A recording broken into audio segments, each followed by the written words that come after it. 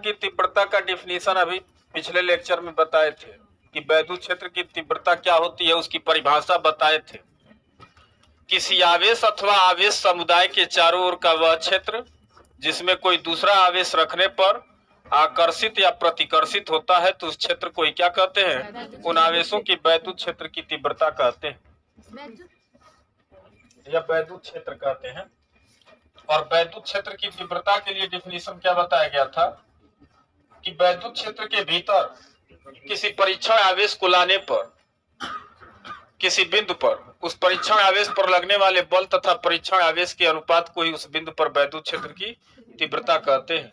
आज हम लोग पढ़ेंगे हेडिंग बिंदु आवेश के कारण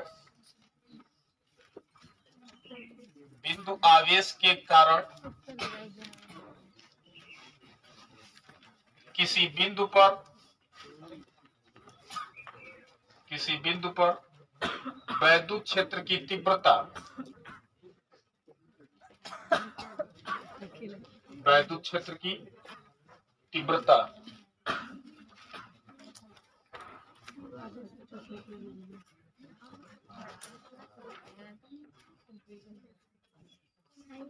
electric field due to a point charge, English भी लिख लेंगे हेडिंग में आप लोग, electric field due to a point charge.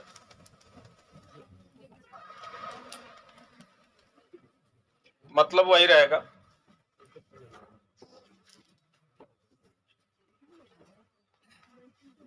देखेंगे पहले आप लोग ध्यान से बोर्ड पर देखिएगा।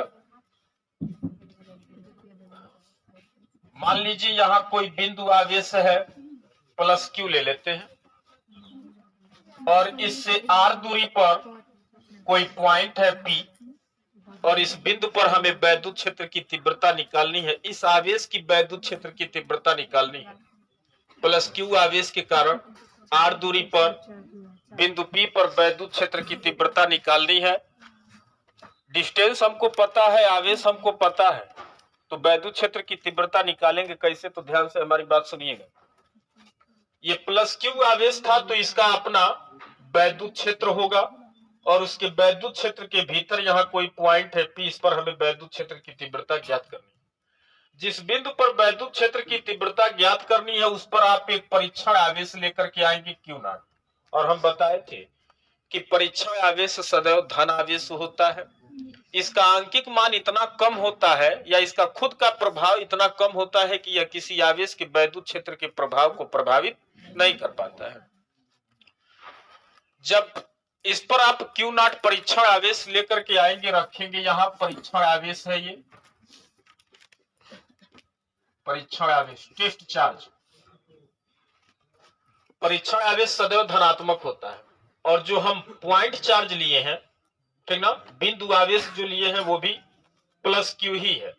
आपको पता है ये प्लस क्यू है और इसके वैद्युत क्षेत्र के अंदर इस क्यू नॉट को रखे हैं, तो ये प्लस क्यू इसको क्या करेगा?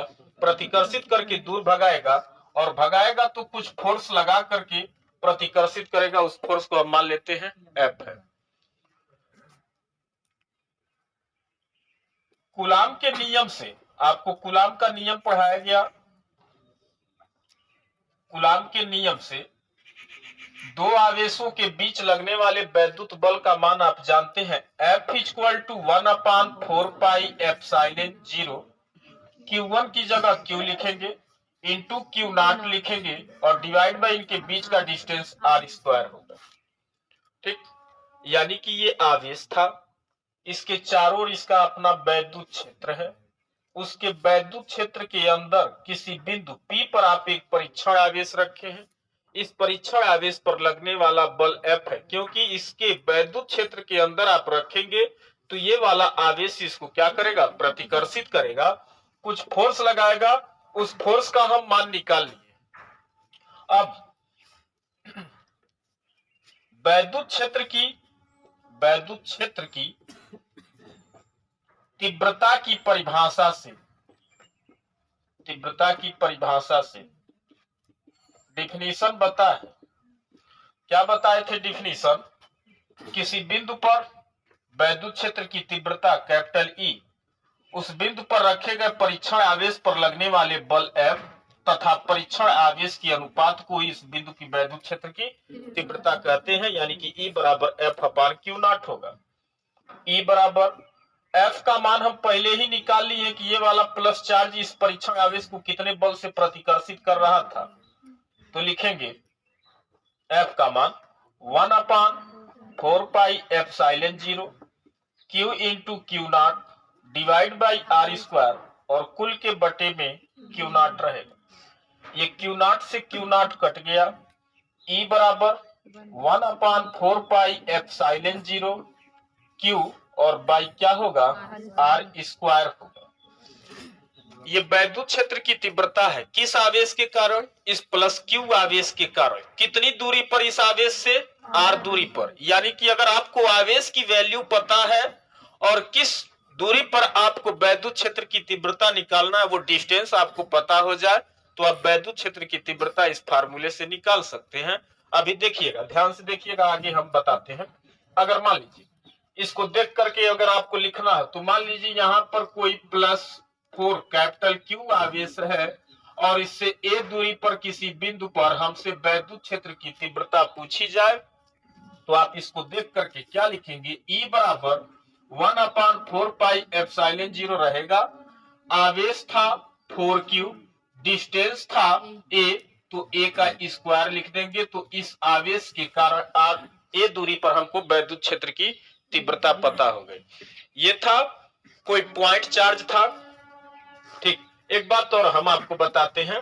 मान लीजिए ये पहले ही हवा में या निर्वात में था, ये जो भी आवेश प्लस Q रखा गया था ये हवा या निर्वात में था, तब R दूरी पर वैद्युत क्षेत्र की तीव्रता की वैल्यू इतनी निकाले हैं। लेकिन हवा या निर्वात के अलावा इसके बीच में कोई परावैद्युत पदार्थ भर दे, तो ध्यान से सुनिएगा, अगर यहां ये प्लस Q चार्ज था, डिस्टेंस अभी भी R है, पॉइंट वही था P, यहाँ परीक्षण आवेश Q नॉट रखे थे, लेकिन हवा या निर्वात के अलावा कोई परावैद्युत पदार्थ भरेंगे, कोई परावैद्युत पदार्थ भरेंगे और उसका परावैद्युतांक कैपिटल K हो जाए, तब इस बिंदु P पर इस आवेश के वैद्युत क्षेत्र की तीव्रता कितनी होगी। ठीक ना, तो सब कुछ यही रहेगा जो हवा या निर्वात में निकाले हैं, सब कुछ यही रहेगा, सिर्फ इसके साथ K का मल्टीप्लाई हो जाएगा। क्यों, क्योंकि जब आप कूलाम का नियम लगाएंगे और दोनों आवेशों के बीच का फोर्स लिखेंगे, तो वो 1 अपान 4 पाई एप्सिलॉन 0 इंटू क्या हो जाएगा, K हो जाएगा। ये बात हम बहुत पहले ही बता दिए हैं। जब आवेशों के बीच में हवा या निर्वात रहता है तो सिर्फ एप्सिलॉन 0 रहता है, यहाँ 1 अपान 4 पाई एप्सिलॉन 0 रहता है। और जब आवेशों के बीच में कोई परावैद्युत पदार्थ भर जाता है तो उसके परावैद्युतांक का एप्सिलॉन 0 के साथ मल्टीप्लाई कर देते हैं, यानी कि गुणा कर देते हैं, तो यहाँ गुणा हो जाएगा। बाकी Q इंटू Q नॉट अपनी जगह पे रहेगा और बटे R स्क्वायर। जब E equal to F upon Q not लगाएंगे, E equal to F upon Q not लगाएंगे, तो आप F का मान रखेंगे 1 upon 4 pi epsilon 0 into K, Q into Q not divide by R square और कुल के बटे Q नॉट होगा, Q नॉट से Q नॉट कैंसिल होगा, तब E बराबर क्या निकल के आएगा, 1 upon 4 pi epsilon 0 into K और Q बाई हो जाएगा R स्क्वायर। मतलब क्या हुआ कि सब कुछ वही था, जिस माध्यम में ये आवेश रखा जाएगा उस माध्यम के परावैद्युतांक का आप क्या कर लेंगे, K का एप्सिलॉन 0 के साथ मल्टीप्लाई कर लेंगे। तो हम ऐसे नहीं लिखेंगे, हम सब कुछ तो यहां तक लिखेंगे और इसके बाद लिखेंगे कि यदि आवेश, लिखते हैं यहां तक लिखने के बाद आप लिखेंगे यदि आवेश किसी माध्यम में रखा गया हो, किसी माध्यम में रखा गया हो जिसका परावैद्युतांक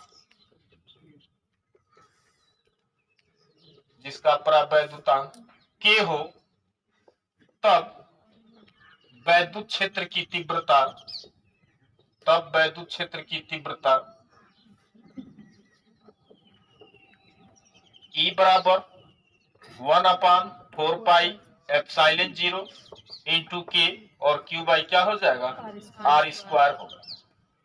अगर हवा या निर्वात होगा तो हवा या निर्वात के लिए K की वैल्यू 1 हो जाती है।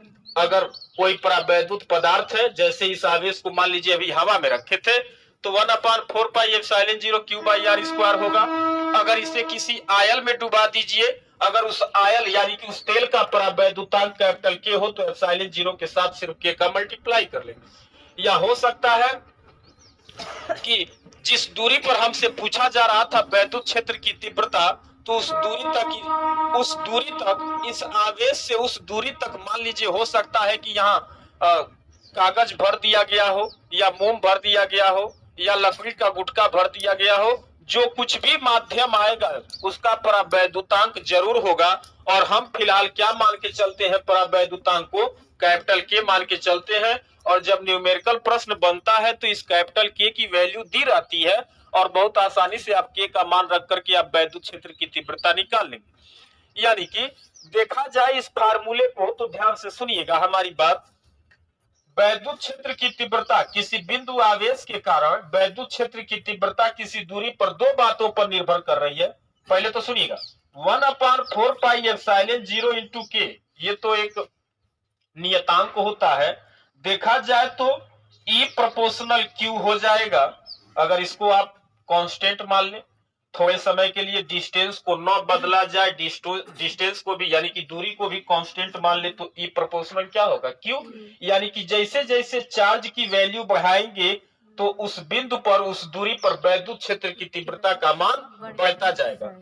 अगर Q को कांस्टेंट बना दें यानी कि चार्ज को हम डिस्टर्ब न करें, जितना है उतना ही रखें, सिर्फ दूरी को घटाएं या बढ़ाएं, तो E प्रोपोर्शनल क्या हो जाएगा 1/r स्क्वायर। यानी कि आप डिस्टेंस दूरी को बढ़ाएंगे, आवेश से जैसे जैसे दूर जाएंगे वैद्युत क्षेत्र की तीव्रता का मान घटता जाएगा। और जैसे जैसे आवेश के नजदीक आएंगे यानी कि दूरी घटेगी तो वैद्युत क्षेत्र की तीव्रता का मान बढ़ेगा। यानी कि बिंदु आवेश के कारण वैद्युत क्षेत्र की तीव्रता किसी बिंदु पर दो बातों पर निर्भर करती है।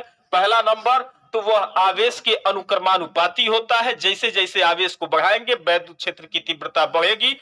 दूसरा नंबर वह दूरी के वर्ग के व्युत्क्रमानुपाती होता है, यानी कि जैसे जैसे आप डिस्टेंस को बढ़ाएंगे वैद्युत क्षेत्र की तीव्रता घटेगी। व्युत्क्रमानुपाती मतलब उल्टा होता है, अगर डिस्टेंस बढ़ाएंगे तो वैद्युत क्षेत्र, मतलब हम आपको एग्जांपल बताए थे, अगर ये बल्ब है तो जैसे जैसे इस बल्ब से दूर होते हुए जाएंगे तो प्रकाश की तीव्रता में कमी होता जाएगा और एक बहुत अधिक दूरी पर जाने पर बिल्कुल प्रकाश का प्रभाव समाप्त हो जाता है। वैसे इस आवेश के कारण इससे जैसे जैसे दूर जाएंगे इसकी इंटेंसिटी, इसकी प्रबलता में कमी होती जाएगी और एक कुछ दूरी के बाद इस आवेश के वैद्युत क्षेत्र की तीव्रता यानी कि प्रभाव समाप्त हो जाएगा। जैसे अगर ये बल्ब था, जैसे जैसे इस बल्ब के नजदीक आएंगे प्रकाश की तीव्रता प्रबलता बढ़ती जाएगी, वैसे इस आवेश के कारण जैसे जैसे इसके नजदीक जाएंगे इसके वैद्युत क्षेत्र की प्रबलता तीव्रता क्या होती जाएगी, बढ़ती जाएगी। तो ये दो बातों पर निर्भर करता है। एक बात और सुनिएगा, बहुविकल्पी प्रश्न में बोर्ड में यूपी बोर्ड के बहुविकल्पी प्रश्न में पूछा गया है, जब आप पेपर देंगे तो हम देखे हैं कई बार कि पहले ही पेज पर बहुविकल्पी प्रश्नों में यह पूछा गया है कि बिंदु आवेश के कारण, क्वेश्चन क्या पूछा है, बिंदु आवेश के कारण वैद्युत क्षेत्र की तीव्रता दूरी पर निम्न प्रकार निर्भर करती है। दूरी पर निम्न प्रकार निर्भर करती है, वैद्युत क्षेत्र की तीव्रता दूरी पर निम्न प्रकार निर्भर करती है। पहला ऑप्शन E प्रोपोर्शनल R, दूसरा ऑप्शन E प्रोपोर्शनल R की पावर -2, तीसरा E प्रोपोर्शनल R स्क्वायर और चौथा number option E proportional 1/R। तो इसमें आप देखिएगा ये R स्क्वायर जब ऊपर जाएगा तो R की पावर -2 हो जाएगा। E प्रोपोर्शनल R की पावर -2 पे डिपेंड करेगा। ध्यान से नहीं देखें, कोनो जरूरी है क्या कि हमेशा 1/R स्क्वायर ही लिखे, ठीक ना। अभी देखिए, अभी तुरंत हम आपको एक चीज पढ़ाएंगे तो उसमें हम बताएंगे आपको। देखिएगा 1/√μ0 इंटू एप्सिलॉन 0, ये μ0 होता है निर्वात की चुंबकशीलता बोलते हैं और एप्सिलॉन जीरो को निर्वात की विद्युतशीलता बोलते हैं, और दोनों का गुणनफल निकालते हैं रूट में, तो इसकी वैल्यू प्रकाश की चाल c के बराबर होती है, और प्रकाश की चाल होती है 3.0 गुणे 10 की पावर 8 मीटर प्रति सेकेंड। अब की बोर्ड में यानी कि 2023 के पेपर में बोर्ड में पूछा था कि 1/म्यू0 इंटू एप्सिलॉन जीरो का मात्रक क्या होगा। तो सुनिएगा, ये तो रूट में रहता है, तब इसका मान यह देखा जाए तो प्रकाश की चाल के बराबर यानी कि मीटर प्रति सेकेंड होता है। यहां स्क्वायर हटा दिया गया है, तो जब आप स्क्वायर हटाएंगे दोनों पक्षों से, तो दोनों पक्षों का क्या करना पड़ेगा, वर्ग करना पड़ेगा। जब वर्ग करेंगे तो स्क्वायर हट जाएगा, तो मीटर प्रति सेकेंड का क्या हो जाएगा, स्क्वायर, यानी कि इसका यूनिट हो जाएगा मीटर बटे सेकेंड स्क्वायर, मीटर स्क्वायर बटे सेकेंड, या मीटर स्क्वायर प्रति सेकेंड स्क्वायर होगा। लेकिन फिर भी बच्चे मीटर प्रति सेकेंड ही करके आए थे, ये आप लोगों का मिस्टेक है ना कि हमारा। हम बोल दिए कि प्रोपोर्शनल 1/r स्क्वायर होता है, इसे ही प्रोपोर्शनल r की पावर -2 लिख देगा, तब वो आप चौथा ऑप्शन बताने लगेंगे क्या, नहीं। इतना तो ध्यान आपको देना ही देना है, ठीक ना। तो ये क्या था, तो इसका मात्रक तो मीटर पर सेकेंड है। जब ये रूट हटा दिया यार, तो रूट हटेगा कैसे, जब स्क्वायर करेंगे तभी तो हटेगा, तो यूनिट का स्क्वायर ऑटोमेटिक हो जाएगा। लेकिन फिर भी इसमें कुछ भी हो, लेकिन बच्चों के आंसर में कोई चेंजिंग नहीं है, मीटर प्रति सेकंड तब वो था, स्क्वायर हटा दिया तब वो वही था। ये गलत बात है भाई, ये बारीकी, ये फिजिक्स है, ठीक ना। ऐसा नहीं है जो रट लिया बस वही काम हो जाएगा, नहीं, रटना नहीं है, ठीक ना।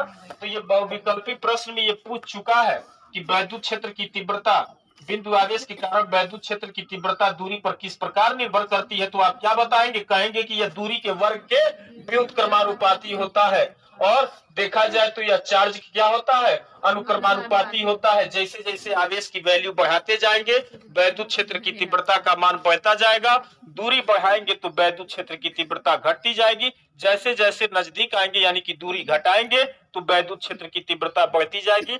दोनों एक दूसरे के उल्टा होते हैं वैद्युत क्षेत्र की तीव्रता और दूरी में।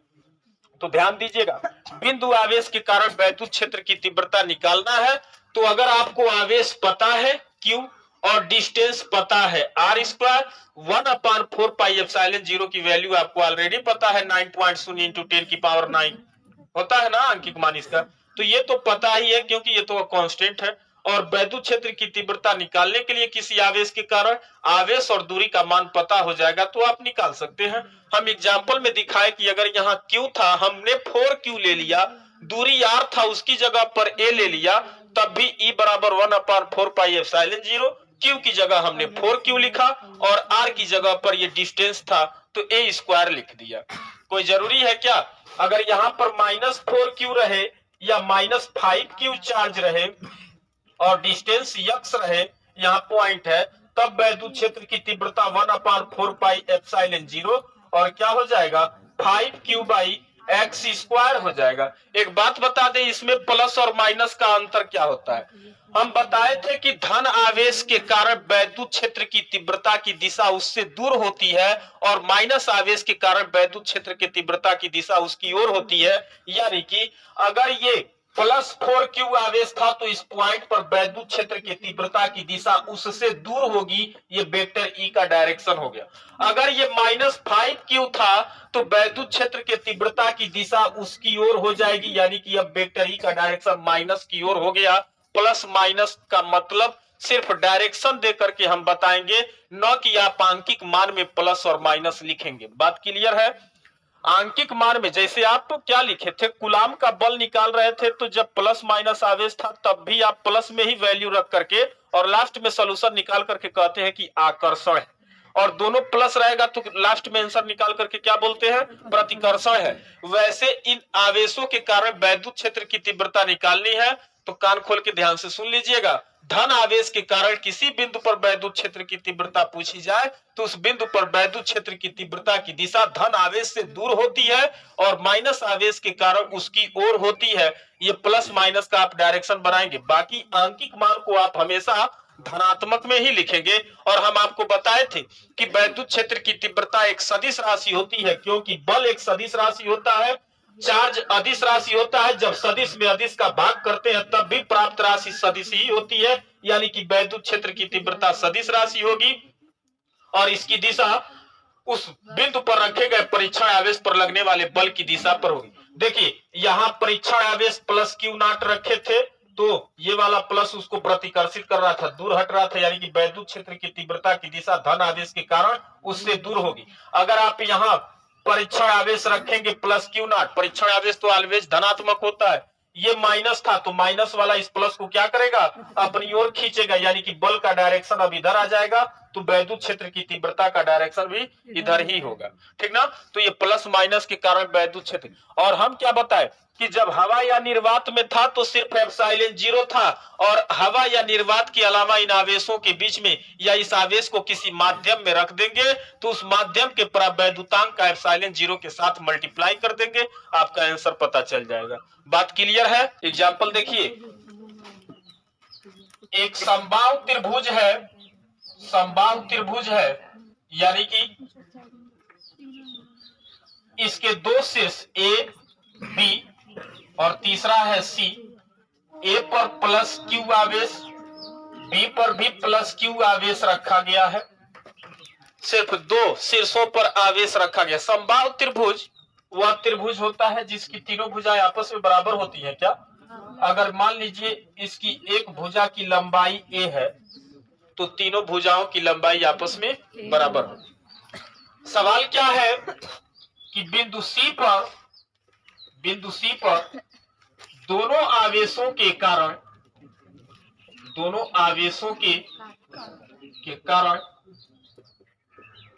वैद्युत क्षेत्र की तीव्रता ज्ञात कीजिए। वैद्युत क्षेत्र की तीव्रता ज्ञात करना है। देखिएगा, हमें जिस बिंदु पर वैद्युत क्षेत्र की तीव्रता ज्ञात करना है, तरीका क्या होगा सॉल्व करने का? बहुत सारे आवेश है, हम तो अभी सिर्फ दो ही लिए हैं, बहुत सारे आवेश हो सकते हैं, लेकिन जिस भी बिंदु पर वैद्युत क्षेत्र की तीव्रता ज्ञात करनी हो, हमें हर एक आवेश से उस बिंदु की दूरी पता होनी चाहिए। जैसे अगर ये प्लस क्यू आवेश था, हमें बिंदु सी पर वैद्युत क्षेत्र की तीव्रता निकालनी है, तो इस प्लस क्यू से इस पहले सी की दूरी पता करेंगे, तो हमें पता है कि समबाहु त्रिभुज है, तो ये वाली दूरी भी क्या हो जाएगी, स्मॉल ए के बराबर हो जाएगी। उसके बाद इससे इस पॉइंट की दूरी पता हो गई, फिर इस वाले आवेश से इस बिंदु की दूरी पता करेंगे, तो ये भी समबाहु त्रिभुज है, तो ये वाला डिस्टेंस भी ए के बराबर होगा। यानी कि दोनों आवेशों के कारण दोनों आवेश पता हो गए और दूरियां पता हो गई, तो हम वैद्युत क्षेत्र की तीव्रता निकालेंगे। देखिएगा, अभी जस्ट आपको बताए कि अगर एक बिंदु चार्ज है, बिंदु आवेश है प्लस क्यू, इससे आर दूरी पर किसी बिंदु पी पर वैद्युत क्षेत्र की तीव्रता लिखते हैं, जब ये आवेश हवा या निर्वात में स्थित होता है तब 1/4 पाई एप्सिलॉन 0 आवेश और दूरी का वर्ग होता है, क्यू बाई आर स्क्वायर होगा। तो जब हमको ये वाला चार्ज पता चल गया और इससे डिस्टेंस पता चल गया, तो इसी फार्मूले का यूज करके, यानी कि लिखेंगे से मतलब हम इस फार्मूले का यूज कर रहे हैं। तब देखिए, ये प्लस क्यू आवेश था, पॉइंट सी पर वैद्युत क्षेत्र की तीव्रता निकालनी है, ये धन आवेश है, तो पहले तो धन आवेश के कारण वैद्युत क्षेत्र की तीव्रता की दिशा उससे दूर होगा। प्लस क्यू के कारण बिंदु सी पर वैद्युत क्षेत्र की तीव्रता कुछ न कुछ आएगी, तो उसको हम थोड़े समय के लिए अपने साइड से E1 मान के चल रहे हैं, और उस E1 का मान निकालेंगे तो लिखेंगे 1/4 पाई एप्सिलॉन 0। चार्ज क्या था, क्यू था, डिस्टेंस कितना था, ए था, तो ए का स्क्वायर, E1 का मान निकाल लिए। अभी सिर्फ E1 निकला है। अब दूसरा का आवेश प्लस क्यू था, इसके कारण हमें सी पर, यानी कि देखा जाए तो ये भी एक पॉइंट चार्ज है, और बिंदु आवेश के कारण ए दूरी पर किसी बिंदु पर वैद्युत क्षेत्र की तीव्रता निकालनी है। तो पहले तो चार्ज चेक करेंगे, ये प्लस है तो प्लस के लिए वैद्युत क्षेत्र की तीव्रता की दिशा उससे दूर होगा, इसका कुछ न कुछ मान आएगा, इसको हम E2 मान लेते हैं, और E2 का मान निकालेंगे तो लिखेंगे बिंदु आवेश के कारण वाला फार्मूला लगाएंगे, तो 1/4 पाई epsilon 0 Q by A square. देखा जाए तो E1 और E2 का दोनों का मान आपस में बराबर है। जब बराबर है तो थोड़े समय के लिए इसको भी हम E मान लें और थोड़े समय के लिए इसको भी E मान लें। अब एक ही बिंदु पर दो सदिश राशियां अलग अलग डायरेक्शन में लगी हुई हैं। इनका योग करने के लिए सदिश विधि का उपयोग करेंगे। अगर मान लीजिए ये समबाहु त्रिभुज है तो इसके प्रत्येक अंतः कोण का मान 60 डिग्री के बराबर होगा। जब ये 60 डिग्री होगा तो ये वाला एंगल भी कितना होगा, 60 डिग्री होगा। अब C पर नेट वैद्युत क्षेत्र की तीव्रता कितनी आएगी, तो ई नेट का मान निकालने के लिए अंडर रूट E1 का स्क्वायर प्लस E2 का स्क्वायर प्लस 2E1 E2 और इंटू कॉस थीटा वाला फार्मूला यूज करेंगे। क्योंकि दो सदिश राशियां पता है, इनके बीच का कोण पता है, तो हम इसी फार्मूले का यूज करके हम उसका योग करते हैं। योग कर रहे हैं दोनों का, तो ध्यान दीजिएगा। E1 का मान हम थोड़े समय के लिए E के बराबर माने हैं, तो वो E का स्क्वायर हो जाएगा। E2 का भी मान E1 के बराबर ही था, उसको भी E माने हैं, तो E का स्क्वायर होगा। और प्लस 2 E1 की जगह भी E लिखेंगे, E2 की जगह भी E लिखेंगे। और कास थीटा में हमें ये पता है कि इनके बीच का एंगल 60 डिग्री था, तो 60 लिखे। और कास 60 डिग्री की वैल्यू 1/2 होती है, यानी कि अंडर रूट E का स्क्वायर और E का स्क्वायर जोड़ेंगे तो 2E का स्क्वायर होगा। और प्लस 2 इंटू ई मिलके E स्क्वायर। और का 60 डिग्री का मान 1/2 होगा, 2 से 2 कट जाएगा। 2E स्क्वायर में एक स्क्वायर जोड़ेंगे तो ये अंडर रूट 3E का स्क्वायर होगा।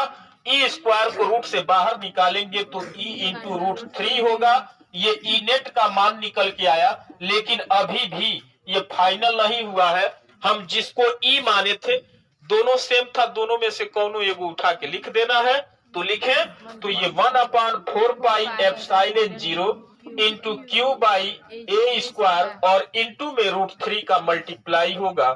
एक बात और बताएं, ध्यान से सुनिएगा। अरे देखो, इधर लग रहा था, ये इधर खींच रहा था। इन दोनों का मान आपस में क्या था, बराबर था। ये दोनों एक दूसरे से 60 डिग्री पर थे। जब इनको दोनों को हम जोड़ेंगे तो जोड़ने के बाद जो ई नेट आएगा वो इनके बीचों बीच से होकर के जाएगा। ये ई नेट होगा, ई नेट न तो इधर जाएगा न तो इधर जाएगा, बीच से होकर के जाएगा। बोले तो 30 डिग्री का कोण इधर बनाएगा और 30 डिग्री का कोण इधर बनाएगा। यानी कि ये ई नेट बोले तो दोनों आवेशों के कारण जो नेट वैद्युत क्षेत्र की तीव्रता निकाले उसकी दिशा भी बता दिए। कब ये बीचों बीच से होकर कब जाएगा, जब E2 और E1 का मान आपस में बराबर होगा। अगर ये दोनों मान अलग अलग हो गए तो ये कभी बीचों बीच से होकर के नहीं जाएगा। तब उसके लिए दूसरा फार्मूला लगा करके हम कोण का मान निकालते हैं, ठीक ना। उसको भी हम अगले लेक्चर में बताएंगे। ठीक, तो आज के लिए इतना ही।